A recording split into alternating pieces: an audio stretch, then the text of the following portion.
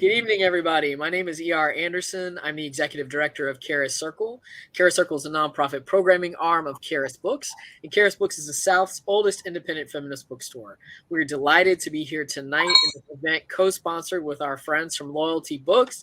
Loyalty Bookstores are queer, Black-owned bookstores located in Petworth, D.C. and Silver Spring, Maryland. This is our first joint event, but we've been wanting to work together for a really long time, so I'm really excited this has come together. We are joined by Malik Thompson from Loyalty Books. Malik is a Black queer man proud to be from DC, a bookseller, anime fanatic, and workshop facilitator. Malik has worked with Split This Rock, the University of Wisconsin-Madison, and Moonlit DC as a workshop facilitator. He also organized the Poets in Protest poetry series at the Black queer-owned bookstore, Loyalty Bookstores. Malik's work can be found inside of Split This Rock's poetry database, as well as the mixed media journal Voicemail Poems. You can find Malik's thoughts on literature via his Instagram account at Negro Literati. So I'll drop that in the chat. And we're here tonight to celebrate the work of Gerrick Kennedy. Gerrick is the author of the book we are celebrating tonight, Didn't We Almost Have It All? In Defense of Whitney Houston. We're really excited about this book. And Gerrick is an award-winning journalist, cultural critic, and author based in Los Angeles. Kennedy is the author of Parental Discretion is Advised, The Rise of NWA, and The Dawn of Gangsta Rap. His writing has appeared in GQ, WSJ Magazine, NPR, Music, Spin, Playboy, Teen Vogue, Shondaland, Cultured Magazine, Men's Health, and the Los Angeles Times. So this is a book that folks have really been thirsting for before Whitney Houston's death, but certainly since her passing. I know our community has really been excited about this book, and the early buzz has been wonderful. So I am delighted to have both of you here tonight to get to dive right in. So I'm going to get out of the way. Welcome to you both. Thank you so much to Loyalty for being with us for this great event. Thank you, ER. Oh my God. Hey, Gerrick. Hello. My goodness. So good to see you. Yes. I'm so excited. Not on the phone. Yes. I mean, now we get to see each other's faces. I'm so excited to talk about this. This book, for all who are listening, is so fucking good. Like, please read it, pick it up. It is a definite, beautiful tribute to Whitney, and, dealing with her and the complexity that she deserves as, an artist, as a human being, as a Black woman. And, yeah, I want to, acknowledge the fact that, based on the conversation we had earlier, a lot of people consider your book like a biography, right? But it's so much more than that. There's your personal experience with Whitney as an artist, what her music has done for you, sort of an excavation of her personal relationships and your analysis of those, and then also beautiful criticism of her music and her voice. And so I want to set the stage by giving you an opportunity to talk about what you intended to do with the book and how it is different than a typical biography. Yeah, I mean the thing with a subject like Whitney Houston is she is somebody that we all have a relationship with or to her music, but we also have a lot of opinions about who she was, who she wasn't. That's become so much of the conversation around her, and because of that particular conversation, which is rooted in obviously her tragedies and traumas, and even those triumphs as well that we like to recount. There's almost this expectation that anything that's written about her is going to be some level of salacious, gossip biography. And I always understood that because she is one of those people that our relationship to them is really defined, by this tale, which did end in tragedy. And continue to be tragic even after we lost her, then we losing her daughter. So when I started writing this book, I mean, it was an exploration of a part in her life that I was really fascinated by, which was, the sort of last 10 years of her life where we weren't seeing as much of her, where she was also trying to just have a really private life after so many years of giving all of herself to us and not always being met with kindness. And as I started reporting out that book, I kept thinking about all of the ways that I think about her and that I talk about her with like friends or like at dinner parties when I'm like really like nerding out with like music for friends and I'm just like having conversations about things and realizing that all of that was far more interesting than a straightforward biography. Yeah. Because one, she's not here. So there's always a level of any biography that is just not going to really be complete. Right. I have appreciated all of the books that we have gotten since she's, left us, and it's added so many pieces to this puzzle because that's part of it too. She was this puzzle in this way that so many people definitely wanted to know some part of it, even if they couldn't get past certain things. They definitely wanted the full picture, and we've been figuring out a lot of that picture since we lost her. But that means that reflection is coming from other people. Yes, people who know her well and people who live those experiences, but a lot of that is rooted in them having to set the record straight, them having to have this reckoning with, their own relationship or our relationship to their relationship, or, all these things that, we've seen in these other books. And I just thought, okay, someone who's been this influential, and we can all acknowledge that, and we can all sit with that and talk about it and say that we say the thing. Oh, one of the most influential voices of all time, the voice. We do all that, but she's also not being studied. You go to a bookstore, and I see so many books on Madonna or Prince or Michael Jackson or David Bowie or all of these artists that came up, around Whitney in the MTV era, but she wasn't being studied. And I thought some of that was because a lot of critics just didn't take her serious because she was not somebody who was writing every lyric, producing every song. And I thought that was so deeply unfair because I always took her serious as an artist. I always took, what she did for us as something that needed to be studied and should be studied. So then I thought, well, why am I not writing that piece? Because I'm talking about, I wish that existed, and it didn't. So then I'm like, I'm going to put it into the world because maybe that is the purpose. That has been the purpose the entire time of like thinking about her in this way was leading to this book. Yeah. And when you talk about her, right, as like this puzzle, right? One of the parts of the book that I found most intriguing was when you say, when you talk about how like Whitney may not have been writing all of her lyrics, she might have not been producing all the songs, but her artistry manifested in the way that she interpreted how lyrics should be sung and the sort of control, she was able to like bring to her voice when she was singing these things. And just like bringing down the house every time. I mean, and then in the book you talk about sort of like the difference between in her younger years where she was just like at her peak and like able to do all these amazing things with her voice, and sort of how the damage to her voice diminished her ability to execute those same sort of vocal techniques later in life. But there was like beauty too in those like lower registers that she was like singing in too that hasn't been given its due, as you mentioned in the book. So I wonder, can you talk a little bit about the technical, like you mentioned some of this in the book, but talk a bit about like the technical aspects of like Whitney Houston's use of her voice, like, so we can understand her better as an audience, as an artist, because you write so beautifully about your technical use of the voice and like what she's bringing to the tracks. And then in the context of the sort of tracks that you love most about her, you find most compelling. Yeah. The thing with Whitney and her voice is, I kind of dedicate 2 chapters to it in a way. One, I start by really making sure people understand the greatness of her mother, Sissy. I just think that there's a way in which there's almost this really not dismissive, but it's just this like casual thing of, mom's a gospel legend, she sang with Aretha Franklin, and that's kind of just how we tell the story. And we tell the story of this lineage.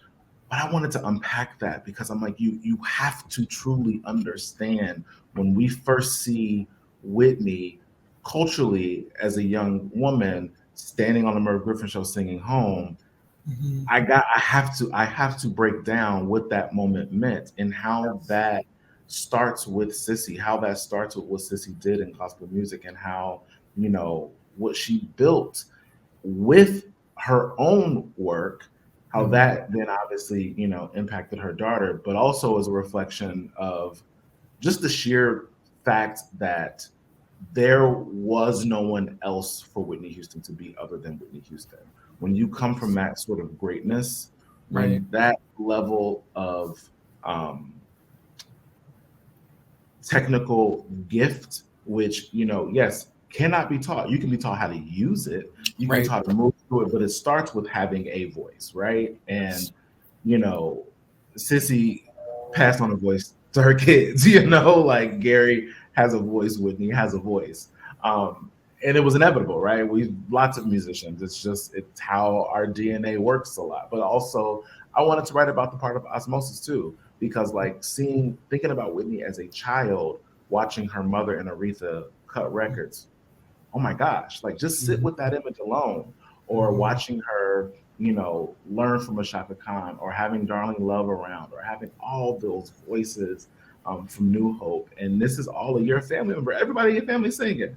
And singing down too, like in a particular kind of way, right? Like of the church, like that's what we're used to. We're used to singers in a particular kind of way, and that's what Sissy was, and that's what she trained her daughter to be. When she saw her daughter wants to do this, because she said, "I want to do this." So I wanted to really start there, but then I also wanted to show what Whitney did with that gift. And what she did with those skills, you know, that her mom passed on to her. And that really was taking the way that she was learning how to sing in church, which is like with that pure conviction and the way that you hold those notes and sort of that training of the muscle to then be able to do the things that she did, you know, which we know as melisma as a term, but just that way of like how she phrases certain vowels, like picking the ones, okay, I'm going to hold the note here, here, here, here, and here, because I want to make you feel something. So understanding how to move through a song and perform it, which is why, you know, and I write it in the book, so much of what we love about Whitney Houston was her as a live performer, because she never sang the song the same way twice, like ever. She just did it. Yeah, there are notes that we all think of, we all can visualize and hear that moment of I Will Always Love You, where there's that big boom and then that and I, but to understand the sheer magnitude of being able to do something like that, and how you really just pulled that from the church and you put it in pop music, that became a blueprint. We see that in everyone. We see that in everyone from Brandy, which is why I wanted her to be, you know, part of this book. Yes. You know, with the forward, we see it in Mariah. We see it all the way up to, you know, an Adele and an Ariana Grande. And so I really wanted to not just highlight it, but really walk us through, because I had always found it so terrible, frankly, you know, just for better choice of word. I always found it terrible that, you know, it was just this easy way to dismiss her as like not a real artist because she wasn't writing these records and she wasn't producing all of these records. But vocal production is production. Her choosing, I want to interpret these lyrics this way and sing it this way, that is a choice. You will probably hear my dog at some point. You know, that's COVID life, and he is, you know, very much the king of this house. But just that alone, and that ability for her to be able to make us feel with just the sheer way that she used her voice, that is a gift. And I also thought it was so important to really move through that and also really highlight what that means. Yeah. No, and it's like that insistence upon her craft, right, as a voice, as the voice, I think is extremely important, because I think in this day and age, especially, it's very easy to just, right, because the singers are coming out a dime a dozen. Like there's like a new pop girl every week who is the blueprint of Whitney Houston, right? And, you know, something you mentioned in the book too is like talking about how the industry was very different back then in so many different ways. Like from a material standpoint, you know, you talk about how people had to go down to the record stores in order to like make purchases that would then affect how the sales would be a number one or something, which is a very different reality with like streaming Right. and, you know, digital Yeah. purchases, to Whitney Houston being this like Black girl, right, who was trying to step into this arena, this pop arena Mhm. that didn't have a place for her, and she had to break those molds again and again and again in order to, you know, sit at that top spot and deal with all the like smoke, you know, and the flack that came with that. And I Yeah. was particularly interested. Well, first thing I want to say is like I think it's really beautiful how you um, contextualize Whitney Houston by centering Sissy in that one Mhm. chapter, and you know you refer to that throughout, you know, the book, but contextualizing that she comes from this lineage and she had this community of artists around her that she was birthed from, and like that wasn't something anything I knew, and maybe I'm just like ignorant to Whitney Houston like more than the like average layperson. But you know, I mean, I know her mother, Sissy, was like, you know, this like acclaimed singer, but the fact that she was like sitting in the studio listening to Aretha and Sissy, you know, belting it out, and her brother and like the church and everything. And I think it's interesting when you look at the 80s and you see like the rise of neoliberalism. It's Yeah. really easy to just see her as this like, you know, as you mentioned, this Black American princess who came out of, you know, nowhere and like was elevated by this white man, and but Mhm. she came from somewhere, you know. She came from a community. She came from like Black art. Blackness made her, you know, shaped her Yeah. into the person she was, and that isn't highlighted enough. So I really think like you did a service to her and to us especially by, you know, insisting upon that and like giving the due time and attention to that lineage in your book. Um, and with that too, it's I want to talk about how like her roots, you know, in the Black church, you know, and among this like Black family, being this young Black girl from Newark was, you know, questioned and diminished, and she was derided Mhm. by our Mhm. community, by, you know, Black communities, because you mentioned that in the book. And honestly, that was like really really surprising to me personally, because, you know, Yeah. I'm 26, I was born in 95.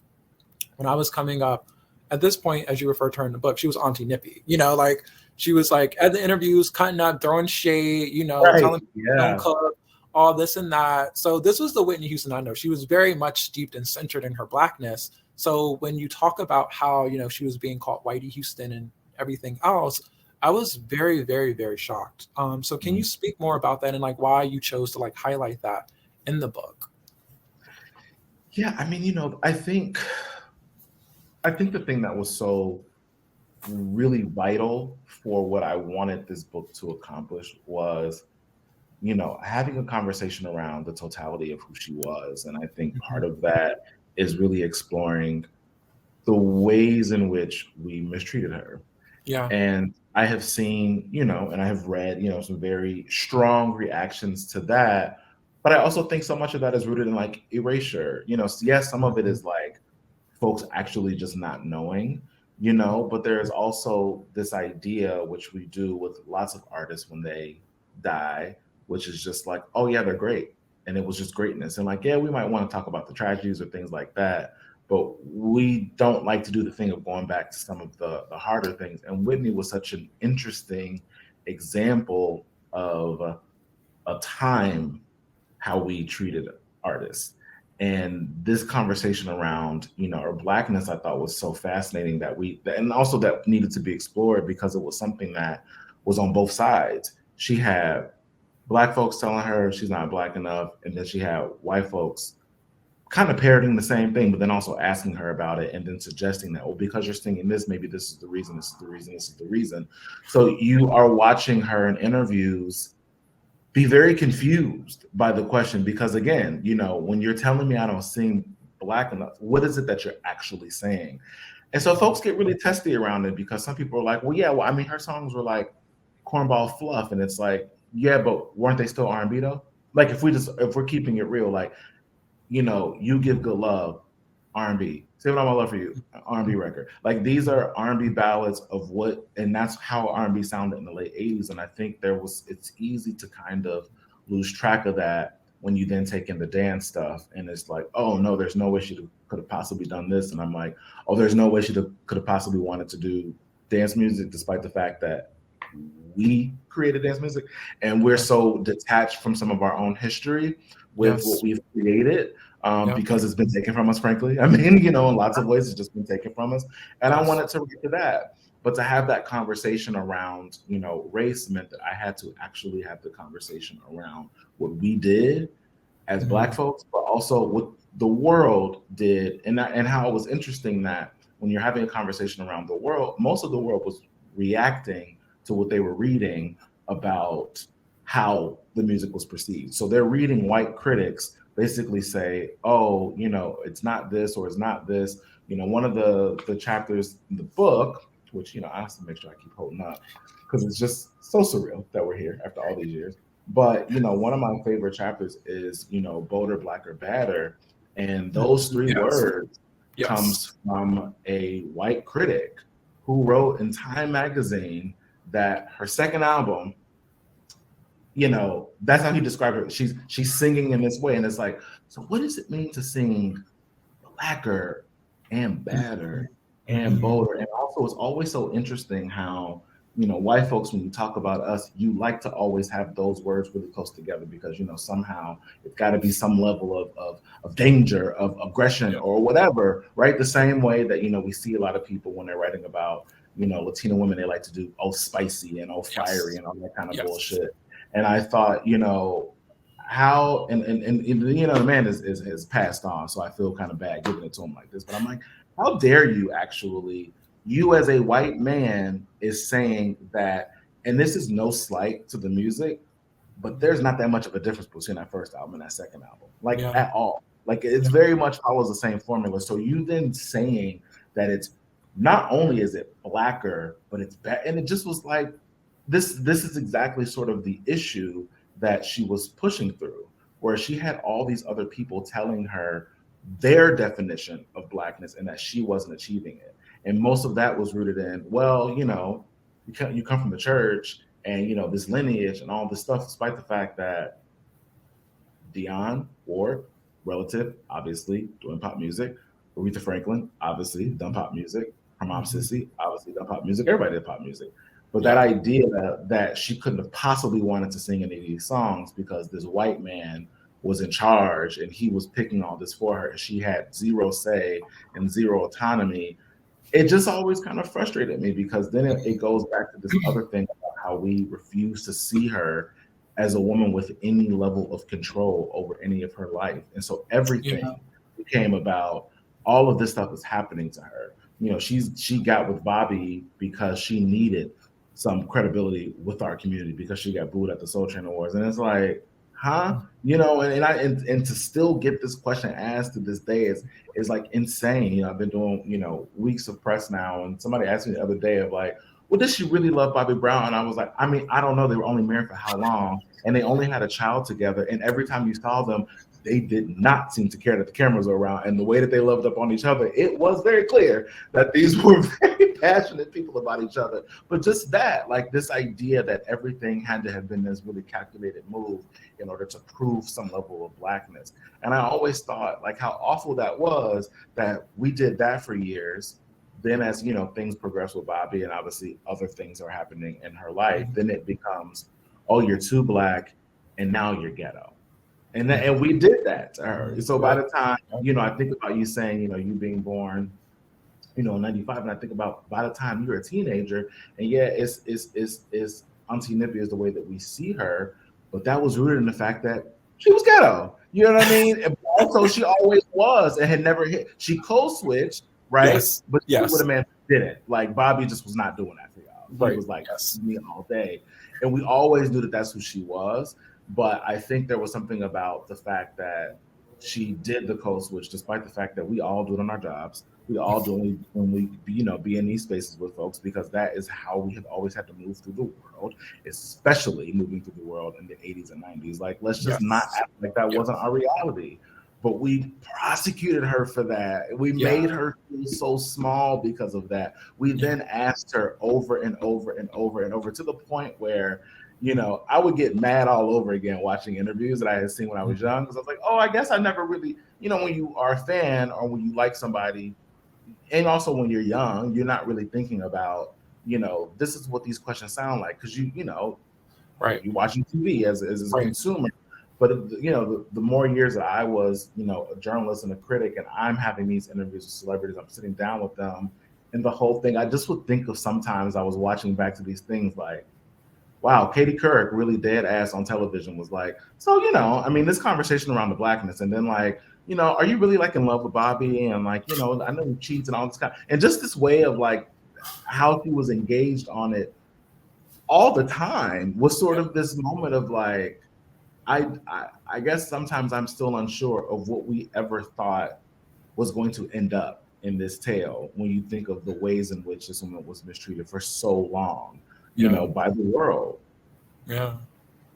Yeah. And I think it's interesting, right, when you talk about how like the Black communities specifically were engaging in that sort of violence toward her, right? Mm-hmm. But upon her death, like as we talked about earlier, there's this revisionist history, right? Like there's this like acclaim and love for her first two albums. Like we're always playing Whitney Houston, and she's, more often than not talked about in this like as a beloved. But that wasn't the narrative, that was not the like dominant narrative when I was coming of age. It's interesting that you talk about how she broke into MTV like back in the 80s, and like that what that platform did for her. Because when I was coming of age, there was a very different relationship she had to like MTV. And context being like the 2000s were just like a really, really brutal time to be a celebrity. Right. Across the board, yes, she was included in that, but that was across the board, right? It was vicious. Like, my exposure to celebrity culture was like Celebrity Deathmatch and like, Celebrity. That show was wild. I should not have been watching that show when I was like 10, but I was watching it. But Celebrity Deathmatch, and there was that show with the two dogs, and they had all the celebrities, and they were, I don't even know what the show was called, but it was like really, really brutal, ridiculing everybody. Like paparazzi, and that's when the paparazzi was really popping, as you mentioned in the book, due to the expansion of information technology. But I just remember her having this like, she was like that auntie who's like messy and everyone like loves when she comes to the party, but like behind her back, like they're just cutting her up. That was, my introduction to Whitney Houston. And I wonder, like, where do you think that comes from? Like with Black people, the same thing happened with like Michael Jackson, of course, right? Like he was the butt of plenty of jokes, but then when he died, like it was like, oh, he's the king of pop. Where do you think that comes from? Like, do you think it comes from wanting to protect the legacy, or do you think it comes from wanting to absolve ourselves as participating in the tragedies of these people's lives, or a little of both? Like, I just wonder what your thoughts are on that. Yeah, it always felt a little of both, but I really thought a lot about, the fact that it always kind of felt like, since there was then so much, there was still so much tragedy after we then had the saga of, slowly watching her daughter die. Which is like, just so awful. And the fact that continued to be the story around that and all the people around her and Gordon and all of that. So I think we were starting to like sit in our guilt.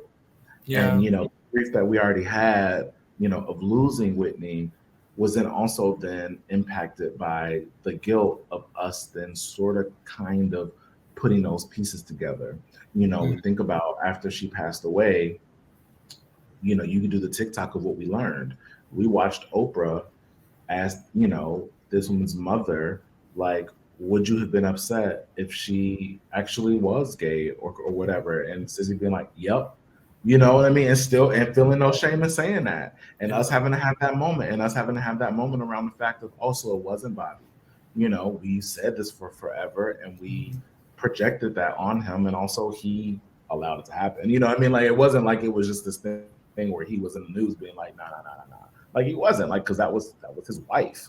But us learning that, she, had used drugs far before we had ever met her. This idea that this was this man who did it. And that is something that I also wanted to write too as well, because I think it's, we have to highlight the fact that part of why that narrative was able to stick was because of the fact that it was the early 90s. we were at the beginning of hip hop becoming like a real global force. And the images of that, and because he was in close proximity to Bobby, even though he was not hip hop, oh my God, people still was like, oh yeah, Bobby Brown a rapper, and I'm like, I don't know. No, Because there is a difference, but that is just how black men are seen often, right? Yeah, it's how seen in a particular kind of way, and so I wanted to write to that because we have to talk about it. We have to talk about the fact that part of why that image stuck the way that it did with us and our assumptions was because he had, run-ins with the law, because he had, kids with multiple women and all these things that we just judge black men for, and it was easy for us to look at him and then be like, yeah, he's the problem. She was fine before this. Like, he's the reason. Like, he's the entire reason. Like, nothing would have happened without, her and Bobby getting together. And maybe she should have just got with Eddie Murphy or whatever. Like, so I think about moments like that, but I also think about the fact that, because we were discovering, details like that, we were then finally given, Robyn Crawford her book. Yes. And, we shared, what those years were like, working with her, being friends with her, but then also, yes, talking about the few months when they were a teenager and there was a physical relationship that we then spent all these years with angrily asking this woman, why won't you just tell us? Like, why won't you tell us? Why? And the fact that the level of fury that she was met. And that's why in the book, I write violence because it is violent. Like the fact that people wanted to out her on a regular basis, like even if she didn't know the identity. And even the other day, asked this question of like, well, when did she discover she was bisexual? And I was like, well, I don't know the answer to that because I don't know anything more than what she told us. So just because she had a relationship, a physical intimate relationship with someone of the same sex does not automatically then mean that this is the identity. And I was like, how in the world are you doing that shit in 2022, despite the fact that y'all like to say that we've all learned and we're all, no, we haven't, because it's still the same stupid ass questions. And also the focus. And that's what I think was so interesting is the level of obsession around it. If you go back, especially spend some time going back and looking at, a lot of her major interviews. This is on national television. We would never do this now. We would never sit and grill, a celebrity for every time we talk to them about whatever may have happened when they were a teenager. In a I'm not saying that we wouldn't do it. We would do it with, if you committed a crime or, all these other things that we like to have some little like accountability for and, revise and go back and unpack. But just something like that, a relationship that we were not owed any explanation or anything. We weren't owed that. But why it became an issue, and I wanted to write to that. It became an issue the first time that all these radio jockeys, most of whom were straight men, a lot of them were black too, because we have to remember black radio was a big part of this story. And a big part of how we got our information for so long, radio in general, but especially black radio with, our people. And when you have a convention, a radio convention, where you have access to this star and people see her walking around with the woman, then it's like, okay, and then everybody pounces, and the fact that you have people from her label, even saying like, guys, us buying that plane ticket for Robyn to come out there just so that they could hang out didn't even matter. They just were friends. It didn't even matter. And the fact that all these radio hosts, they were just so outraged. You know what I mean? Like, why aren't you telling us who you're sleeping with? Because you're beautiful. So we deserve to know. Yes, this is part of, yes, you're famous, but a lot of it was in the fact that she was really beautiful. And so there was this level of anger toward her when she was not telling us, and it's in so many interviews to the point where I still to this day get kind of surprised that we haven't done more work around that. It's great to see this moment right now with, Britney Spears, for instance, and she's on Instagram and she ain't forgot nothing, right? So she's reminding Diane Sawyer, like, it was fucked up when you did this to me, when you asked me these levels of questions. But it also, yeah, it was fucked up when Diane Sawyer sat there. And yes, I know we all think about, that crack is whack moment, and that's what's ingrained in our mind. But that's the same interview where she held up a photo of this woman and said, "Why do you look like this? Tell us. Why are you this small? Look at this. Look at you. Look at you." And that was the tone. Yeah. You know what I mean? That's the tone. And it doesn't matter that, Whitney and Bobby put themselves in that situation where it was a bad idea, you know what I mean, to be sitting on that couch, shifty and sweaty and like talking about getting high. Because yeah, y'all are rock stars, but y'all also forgot the fact that y'all are Black people. Right. And we are not allowed to get high. The white people are. Right. They're allowed to get high. And it's gonna be celebrated. I like watching, folks' faces when I say this. Why don't you go name me one Black artist that we celebrate for their drug use? And I will wait. But as you're thinking of that, name me some white ones, because I know they come to mind easily, just like that. Easily. And that's part of the things that we just have to talk about, and we have to have that conversation. And so, for me, I wanted to move through all that. And some of it is, yes, this is me holding a mirror to all of us, because, I never believe anybody when they're like, well, yeah, when all those jokes were happening, I mean, I never laughed. I don't believe anybody want to say that. Great if you truly did not, but like, we were just different culturally. So this is not me saying you were an awful person by doing that. This is me acknowledging the fact that we were different people then, because of us not having learned these lessons in a hard way yet. So it needs to be talked about. But I also wanted to place it into the context of where we are now and how far we've come, even though, it's not entirely where I think we should be, but it is much different. Yeah. It is much different. And what I do know for a fact is a lot of what Whitney faced, especially with the media, would not be tolerated. It would not be tolerated. Do you know how quickly Twitter would jump on one of these reporters? Yes. You really asking her, like, again about this thing from when she was a teenager?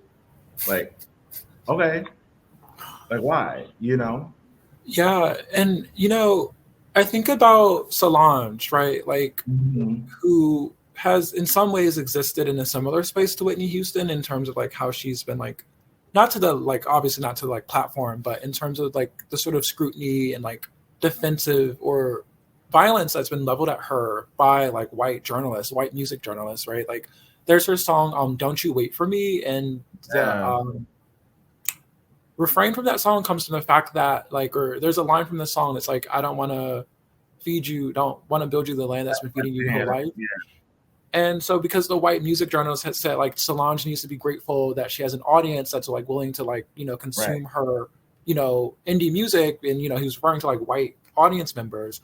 Yeah. And she got on his ass, right, on Twitter. And like she clapped back at him and like she had support. And that exists in part because, Black women like Whitney Houston went through what they'd gone through. And, Black women now, like see what the effects of, or I imagine they can now, like you can see like the effects of what just taking in that type of violence without retaliation does to oneself. Right. And, she has that platform. Solange has her Twitter. She has her followers. She can communicate to the public in a really easy, quick way. Whereas like that sort of like technology and that platform and that sort of like hindsight and foresight, right, didn't exist in that same way then. And I just really am curious, and you raise these questions in the book, like what happened? Like, could we have been kinder, and could Whitney Houston have been kinder to herself if she had been, in a cultural ether like this one? And like, obviously we'll never have the answer to that question, but it's really important to consider as we do get more and more like popular musicians coming on the up and up, like people like her and like, Solange and, other Black women or other Black, queer people, whoever the case may be, or Lil Nas X, for example, like he's a prime example, right? Yeah. Like how the white media is like trying to tear him apart and how he's just trolling them. And it's like really beautiful to watch. But I think about if he had been trying to be a thing even 10 years ago, like would he survive it? Wouldn't have happened. Wouldn't have happened. And that's what I think is so interesting, right? Is that thread of exploring, contemporary artists. That's why I write about like, even though I do believe it would be slightly different. Like, it's not that we're entirely different. We're still telling Lizzo that her music isn't black enough because like white people go to her shows. You know what I mean? We still tell, you know, a Tinashe or Normani, like, well, you know, I don't really know if you really like should be doing this kind of stuff. It should be more like this, you know, like why can't it be more like this? So, you know, there's still some of these things that we just do like culturally. I don't think it's entirely as violent as like what it was, mostly because there's discourse and there's pushback, right? And then there's also like stands who are sitting around on Twitter that's like, you said what now? You know what I mean? So, you know, there's in which these conversations, even though they still do happen, it's still a level of conversation that oftentimes does include the person that they're saying about, because they're gonna respond. So I'm noticing it's 8:13, and we talked about, I want you to talk about your writing process. And then I guess after that I can get into some of these questions. I guess we're ending at 8:30. Okay. But yeah, I mean, sorry to cut that conversation short. It was very, very rich, and I like it should continue. But can you talk about sort of what your writing process was for this book? Like, you talk about how you left your journalism job in order to write this book because you felt like there was not going to be room for you to write this book while you had that job. So that's one thing you mentioned in the book. So I would love if you spoke more about that. And then also, like, where were you? Like, what were you listening to? Were you listening to Whitney? Like, how long did it take you to write this book? Like, please just like spill all the tea you want. I mean, yeah, this is about a 4-year journey in this book. Most of that is research. I am a fan of research. It's like one of my favorite things as a writer. And, you know, I mean, I sought out to watch and read every single thing that I could. It shows. I was gonna say I'm like 99.99%. There's not one interview with Whitney Houston I did not read or watch. And you know, just even in doing that was such a way of me to see what directions I wanted to go in terms of, you know, what I wanted to cover. Because I did envision this of like, you know, these are, you know, thematic standalone essays that like you could sit with one, you could sit and just read the entire book, but you can come back to it and you sit with it and you unpack it and really let the words kind of like sink in a little bit, because it is a mix of things of you know, cultural criticism and narrative nonfiction and personal essay. You know, it's a blend of all of these things. So yeah, I mean, you know, the process in terms of like how I write is I approach it much like I approach any story that I write. Like, start with research, and you know, from there I like my sketch out ideas. I have, you know, I call it my book Bible. I do it for, you know, I've written a book before, and it helped on others. So I keep a Bible, and so it's every single note, sketch, idea, revision, every single thing. Just like whenever an idea comes in my head, I just write it down, and then I start to organize it, and then I reorganize it. So like, there's things in here that are like, you know, they're in 4 different places because I reorganize and I refine. I keep a storyboard, a digital one, so I knew, like, in terms of like organization, where everything was at. You know, if this came from, you know, these archives, I filed it here. If this came from a weird idea on my notes app on my phone, I file it here. If this came from this thing, I file it there. So I knew where everything was at all times, which is a skill that I learned writing a first book, you know, previously, where I was able to like organize everything. And I also knew that like I didn't want to get lost in all of these threads that I was trying to weave, which is very easy to do when you are trying to, you know, walk through so many different topics and moments. And this was probably the most helpful, you know, and it traveled with me everywhere I went for years, you know, and every single thought and all of it. And it was just like, and it's such an old school thing, because I never had a moment where I thought about like, oh man, what if I lose it? You know, like, even though I had stuff like categorized, you know, digitally, like this was like the first line of everything. Like these ideas for what the essays would be, like, started in this book. Everything started in this book. Every single thought, every single thing of like, oh, this is a thread, or oh gosh, like I watched something on TV, then it made me think about this time, so I would go write it down, and then like make a note to come back. So it's the part of all of it that was probably not the hardest, because like writing the book is hard, Right. but doing it in the pandemic, doing it in the time where it was like there was nowhere to go. We were all in the house. That was helpful, but it was also tough, because you were worrying about the world, and it was just like, I don't know, there's like this virus that can kill me anytime if I just go to the grocery store. So there was sort of this level of like anxiety of just like the state of the world, at the same time, that was just like fairly surreal.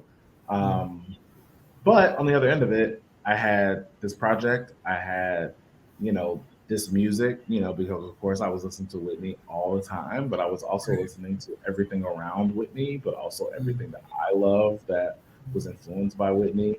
As I write, it's so funny because I read this somewhere else. Somebody was like, I don't understand how writers can write and hear other words as they're writing.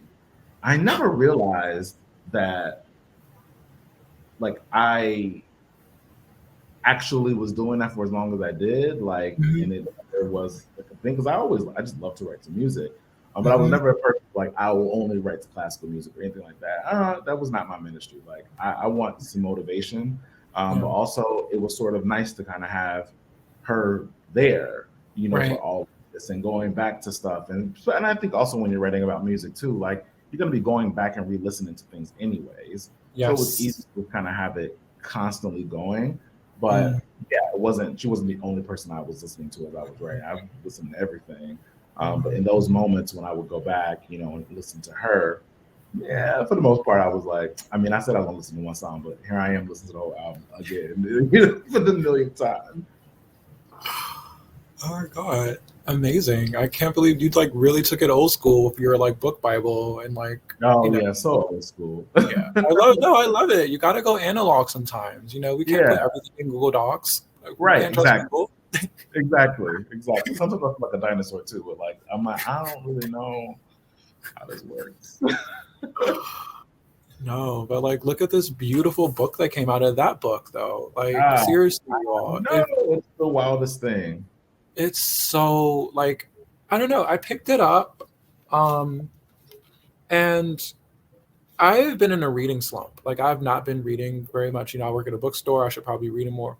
Girl, it's a pandemic. Pandemic brain is like real. No, exactly. I'm still in like pandemic brain is still real. I don't care if we 2 years into it. I don't care if I'm 5 years into it. Like my brain is not doing the same things it used to do. So, I was like definitely in this slump, and I was like, okay. I got this book like, 2 weeks before the event. I was like, I don't know how I'm going to read all this with my brain acting all weird. But I opened it up, and from the moment that you're starting to write about like her family and, making all these connections and just going deep, but not doing it in a way that's like trying to make yourself sound super smart. It just sounds like it reads like you're talking to me. Like you sat down in the room with me and you're like, having this conversation, you're just dropping knowledge. The book reads very much like this conversation. And so I was just absorbed more and more and more into it as I went along into it. And I think that speaks to your intention around trying to make this book as accessible as possible to like so many given parties. Without simplifying any of the subject matter, any of the ideas, but it really speaks like a oral history almost, or really reads like an oral history. So props to you. Thank you for picking up, because I really was like, I want people to see this as like, I'm holding your hand and we gotta have some fun. We gotta talk about some things, Very much like, here, I'm gonna be with you, but we're gonna drop some real tea, like not diluted. No, it very much came across. You totally executed that intention. So thank you for letting us into your process. I think it's time to get into questions. I think ER, you wanted me to welcome you back at this point. You coming back, ER? I was gonna. I know. I think if you just want to check out the Ask a Question tab, I think there's just one question in there, and y'all can kind of keep going on questions. Okay. Okay. Cool. So the one question we have so far is, when you say we, are you referring to music journalists and critics? Who is all of us? By Zara Ahmed. Oh, that's my boo. Hey, Zara. You know, the we in this, and this is why, you know, I really liked, you know, having a title that was kind of a little bit of a double entendre. I think some folks saw the title and reacted and was like, no, Whitney Houston had it all. So, and it's like, no. That we is us, and that we is all of us. But yeah, foremost, like Black folks. And there are times in this book where I make it very clear when I am talking directly to Black people, but there's also times when I am talking to the collective us. And so it's not, you know, yeah, there's even in the moments of criticism, it's not, at least for me, it wasn't always a moment of, you know, trying to talk to particular members of the press who did some of this, because I don't actually think that matters, because ultimately they were feeding a beast, right? And that's part of what people sometimes don't understand is like, yeah, some of these things exist because as was popular. You know what I mean? Like a lot of coverage exists in a way because like y'all clicking on it. So that's why there's more stories like that, because y'all keep clicking on it. So what do you want an outlet to do when they see, yeah, these are what people are trying to read right now versus this other stuff? So you're going to usually gotta get the stuff that people are reading. So that's why, you know, to the we, it's all of us. Sometimes it is just those of us who look like her, and who came from where she came from. You know, there's moments where I'm like, yeah, I'm writing this for folks who, you know, understand what it's like to love in the shadows, or, you know, I'm writing this for people who came from different hoods, you know what I mean, where the promise to get out of that was like what motivated them, you know. But I'm also writing this to people who didn't quite understand, you know, what was missed the first time, or didn't quite understand, like, you know, even just something as simple as us never allowing this woman to be who she was telling us she was, because we were constantly questioning who she was, how that impacts somebody. And that's why, you know, yeah, there's a couple different ways. Yeah, no, something I really appreciated about the book, and personally, honestly, like I'm typically suspicious of, like, you know, the pluralization, like the we. I'm like, who is we? Like, you know, like always. But, you know, as I was entering the book and, like, you know, you contextualize again and again, like the we is always contextualized, you know, in the book. Mm-hmm. And that was something I really, really appreciated, because that speaks to both community and complicity, right? Yeah. And how, you know, not only that, but like community in the sense that there are those who have that affinity with her. And like you talk about how she's this girl from Newark, and I'm like, oh, I'm from a chocolate city. Like I can see myself in that we, you know. Mm-hmm. And then the we that is like those who, you know, participated in the ridicule of her, which, you know, teenager, but, you know, I definitely had my share of laughs at Whitney Houston's expense, you know, coming up in the 2000s. And, you know, really, as I was reading the book, really beginning to appreciate the power of the we, and like how the we was like morphing and changing as, you know, their subject matter was like changing and morphing. And I just felt that it was a really powerful decision. I think a risky decision that like was executed well, and then, you know, its power was like amplified by, you know, by proxy of like your intellectual and writerly, you know, craft, your intellectual prowess and writerly craft. So like, props to you entirely. I wonder though if there are any other questions y'all in the chat want to ask, because we have about 4 minutes. Y'all, where you at? Yeah, it looks like there's one more in there. Okay. In the ask a question area. Did you begin this book with an empathy for Whitney Houston? By Jamie M. I mean, yeah, that's sort of a big motivating factor of this was, you know, my own empathy toward her, but also toward the fact that she was a victim of time, you know, like just the reality that we were in a different place then, you know. And so of course, you know, I had a lot of grief over trying to think of what it could have looked like if she made it to the other side, you know, if we didn't lose her, if we still had her now, what that might look like. But it really was coming from a place of, you know, just my absolute sadness over the fact that she wasn't being talked about outside of her tragedies or outside of, you know, the story that we continue to kind of go through, which is like it's Whitney, and then it's Robyn, and then it's Bobby, and then it's drugs. And like that's kind of it. And I just was like, why is that all that we're, you know, why is that all we're doing? And especially when I think about where we have arrived to, with other artists who have had struggles. You know, we sit wholly when we think of Amy Winehouse. We are talking about her talent. We're not reliving, you know, a lot of the hardship because we at least culturally have said, yeah, you know, the way that the press did her was it was foul. You know what I mean? Like we at least like kind of do that around her. But then I think about somebody like Prince, where we don't use the word addict one bit. We don't talk about that at all. What we only talk about is the music and, you know, the business stuff and, you know, just like all of what he left us with and created and et cetera, et cetera. But we just were not doing that with Whitney. It was the same story over and over and over to the point where it's just like, wow, you really only see this woman through this like tragic lens because it's a way to just say for the millionth time, oh, this complicated marriage and oh, this secret relationship and oh, you know, the drugs. And it just is kind of like, okay, that's all you see when you think about her, when you want to talk about her, like that's it. Or when it becomes the triumphs of her, it is really limited to like Star Spangled Banner and I Will Always Love You. And like, yeah, she broke all these records and it was so great. But then that's kind of like it. Like it's not any sitting with any real conversation around her artistry or, you know, just the music itself, or even like I want to talk about one album that she did and like talk about like that. You don't even see that happen.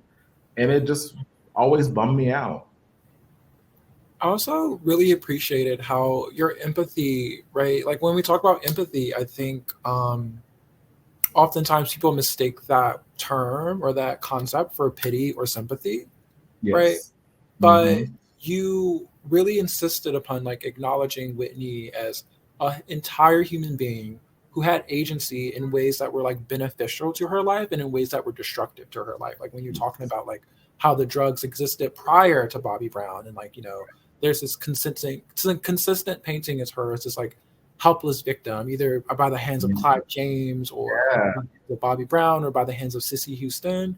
And there isn't enough conversation about who she is and how she chose, like the decision she made, you know, on her terms, whether those like contributed to the tragedies or, you know, were her trying to operate away or like, you know, divert away from tragedy. So, you know, I think you really changed, you know, decentered that victim conversation and really centered her agency in a way I think is like vital to this narrative shift that you're pushing for in the book.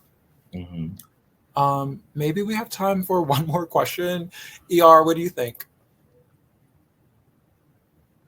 Yes, I think go for it. These are good questions. So you take one or two more. All right. So Abby wrote, was she a victim of time or a victim of misogyny, racist, paternalistic homophobia? They have different faces now, but still exist in this time. Got all the above, you know, that's why, you know, thematically you read a book in a certain kind of way. That's why it's important for me, you know, when I was talking about the way in which we saw her sexuality, I wanted to, you know, root that storytelling and like the moment where she's doing an interview on national television. This guy sexually harasses her, and it's just kind of like laughed off as like this drunk uncle. And it's like, no, she was harassed on television, and it would never happen now. Like, it would never be allowed now. But that was the way in which like she had to move through the world, because that's where we were then. Or even something about, you know, I think of the moment of when she wasn't telling us, you know, she was dating or anything like that, and it was like the story, you know, how widely celebrated it was that, you know, Robert De Niro, who was like so much older than her, had gone on this full court press of trying to like woo her. And then you have like reporters all excited, like, don't you like want to go on a date with him? It's like, he's old enough to be her grandfather, you creep. Like, stop. And why are we not having a conversation around how gross that was? But we did it. We were just like, oh, Whitney Houston's single, so like, why aren't you trying to like let Robert De Niro woo you? Even though I'm pretty sure he also was in a whole relationship as he was doing this, by the way.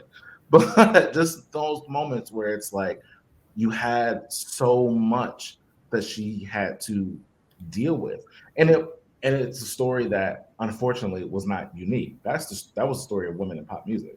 That was the story of women in the music industry. You know what I mean? Like, it wasn't even just like one thing unique to, you know, her being a pop star or a popular pop star. No, she was woman in the music industry in the 80s and 90s. Like, yes, you know what I mean? She ran the gamut of all of this that she had to like deal with.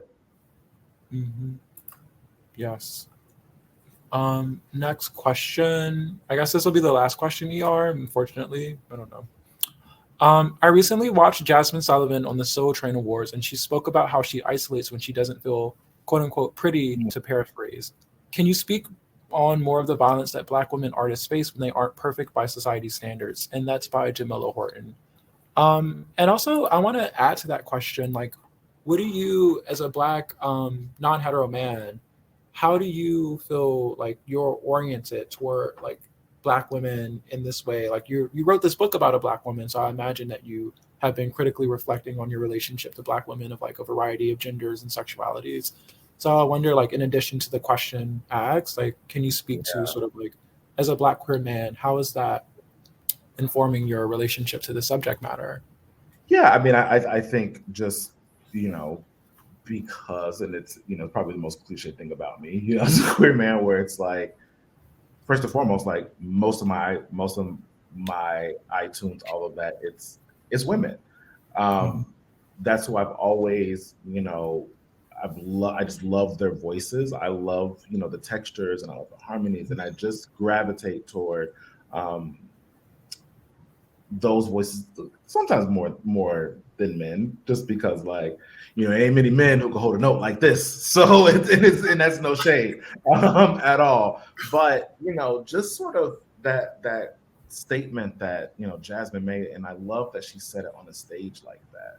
I love that she said that on an award show, which does also have that history of that audience. And it wasn't the show itself, but it was that audience, and this was her community, you know, booing Whitney. But then I think about somebody like Jasmine, who was like, I do want to hide because I don't know how to move through a world where there is such loud judgment, you know. And when you think of, you know, yeah, it was challenging, you know, in this era, but it's also challenging now, and it's different now because now you have social media, which like elevates it. So now these people are constantly seeing what people think of them, and folks are constantly telling these people what they think of them, for everything. That is what you wear, how you do your hair. If you gain weight, lose weight, there's somebody telling you about it or offering you unsolicited advice, all of it. And so when you see someone like, you know, Lizzo comes to mind just because of, you know, what she's had to really contend with just this idea of like, how dare you love yourself and be big?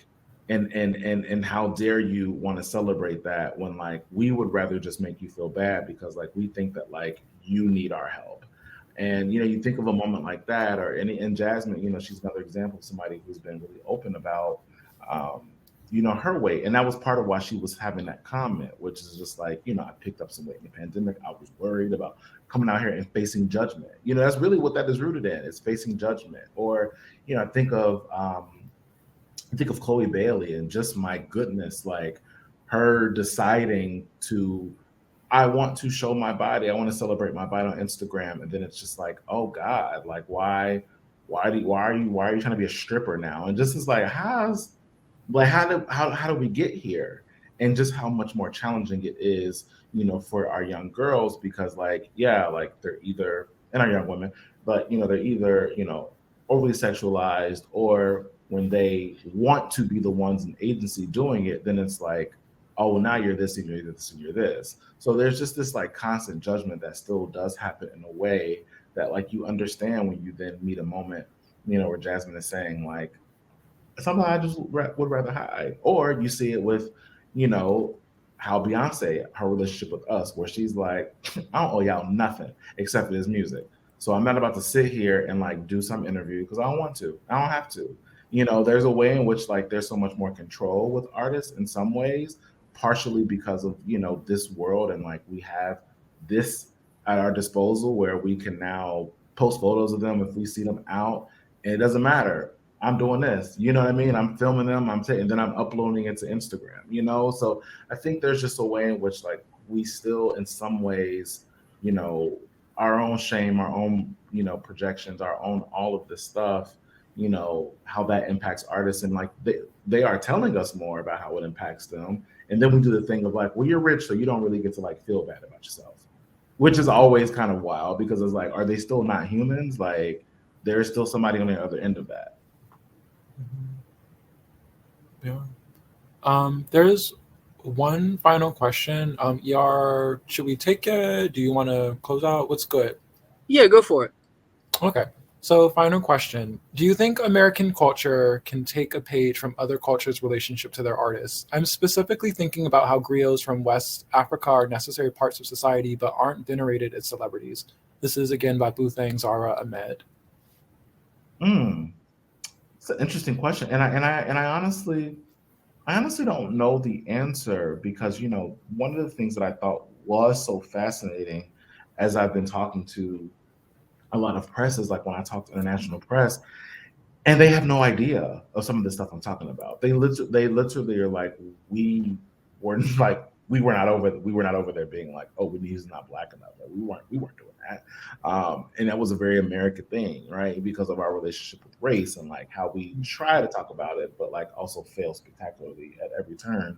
And so that was something that I also found really fascinating, especially when you're going in the archives and like reading some of this stuff and seeing that she was able to just be like a superstar. Like, yes, of course, they like, they wrote about, the challenges, and they wrote about, things with Bobby's and moments like that. But this other conversation, this conversation that was rooted in like her identity, like that was such like a truly American phenomenon. Like that was part of just like her story here, and elsewhere it wasn't that. The same way that, elsewhere there's a reason why Michael Jackson is revered in a particular kind of way than here, because like, here we talking about some of this other stuff, and they're not talking about allegations or they're not doing it in the same way that we do.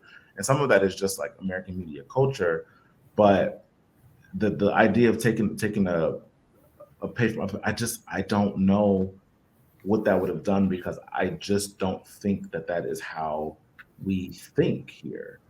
Some of it is just like, we often are reacting to what we are seeing, in the media or on our timelines. And so like that would mean an entire overhaul of like who we are as American people, essentially. And I don't really see a world in which like that shifts, because even now some of these conversations that we're having is rooted in the fact that like it's such little progress. Like, yeah, I think it's exciting. It made me so happy to get to a moment of a Frank Ocean or a Sam Smith or a Lil Nas X, but like I'm in my mid-30s. You know what I mean? And like, and even still in my mid-30s, I'm watching this young man, also move through the world, and he's getting new experiences, and y'all still telling him like, oh, can't you tone it down? Can't you be less loud? Can't you be less gay? Which is just kind of like, well, shit, like damn, you do that if you don't, But then on the flip side of it, we had, day or two ago, yesterday, I believe, a young man being outed, and seeing a rapper being outed, and that conversation, there's a lot of support, but there's also this other thing that's like, oh well, I don't know if I listen to the music anymore now, and it's like, it's the same music, it's the same artist, and so just because he also has had a sexual experience with another man that we've seen on camera that was leaked, which is a form of violence. You know what I'm saying? On top of like outing him, which is another form of violence, you suddenly can't listen to him anymore. Who is this rapper, if you don't mind? Isaiah Rashad. Oh, Isaiah Rashad. And it really bothered me because I found it so hurtful that as much progress as we like to try to pretend, like no, we're not there, because like the same way that when Lil Nas X is killing it, you got Lil Boosie losing his mind. Like, yes. Why does this gay boy get to like be popular? And he wasn't the only one. You will see the things he's commenting, and you seeing T.I. where it's like, oh, you have an opinion, and you have been accused of how much sexual violence, but you actually get to have an opinion about somebody else, or the baby where it's like you actually have the audacity to have an opinion. But that's what we're seeing. And then that opinion, what then happens?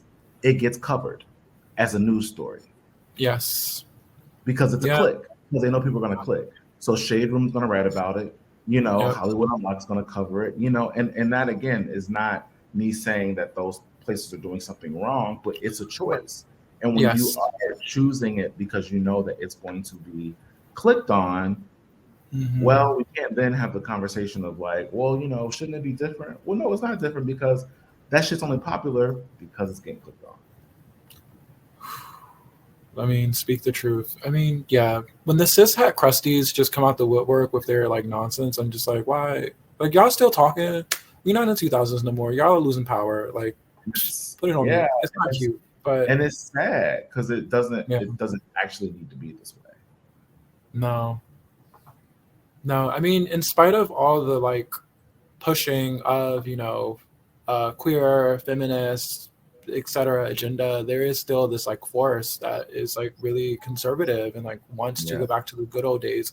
You see that like with like the Trump people, right? But then also like within like communities of color too, these people who are like really invested in like heterosexism and patriarchy and But such is the struggle of the universe. We here, still surviving. Exactly. I feel like we got our book. Crusties is the best way to go out on this. Absolutely. I can find a way to write that in something. Write it down, please. I love it. Yes, y'all want this book. If you don't already own it, we would love for you to support Loyalty Books or support Charis Books. The happy problem is that Gerrick's book has already sold out at the main independent distributor, which is wild. So they got a ton of books en route back to the distributor, but there's a temporary, problem. We have some in the store, which means you can order them direct from Charis by giving us a telephone call and placing your hold on yours. Malik, you want to drop your store's number or tell folks what the best way to get the book is from y'all if it's not a one-click? The best way to get the book from us, if you want to shop at Loyalty, is to go to our website. I can drop a link to the books page in the chat, and then just email, and we can like set up whether that's a pickup or you want it shipped. Just email us, tell us what you'd like to do, and we'll figure it out from there. Awesome. Let me get that link. Cool. But or get it from both bookstores. Like, get it as a gift. Buy one from Loyalty. Buy one from Charis. Get one for yourself. Get one for a friend. Buy 3, buy 4. This is a great book club book. We already know that some book clubs are doing it, so this could be a good thing to do if you are in a faith group or your library or whatever. Hook it up, maybe buy a whole set for your book club. That would be awesome. So we're gonna drop that info for Loyalty in the chat. And hopefully it will be back. Okay, Tanya already has Yes, two. Tanya. Yes. Hopefully it'll more. be back up. Our link will be back up soon. But it's a happy problem to have. Congratulations on the Thank success. you. Yes, it's so good. Yeah, Eric, it's really you put your foot in it, as they say in the community. As we say, yes. So, I mean, also, like, look at her. She's just fucking gorgeous. It's a beautiful cover. It's a beautiful book. Yes, so beautiful, and I'm just so proud to have it out in the world, that see people ready to come to the table and have the conversation and be open to it. That's made me so happy. Yes. Well, thank you both so much. Thank you, Malik, for holding it down for us tonight and celebrating this book with us. Happy to do it. I'm so happy to have been here. So happy to have read the book. Thank you so much, Gerrick. Oh my God. Thank you. I hope you both stay safe and well. And until next time, take care. Yeah, thank you, ER. Thank you, everyone. Thank you all. Good night.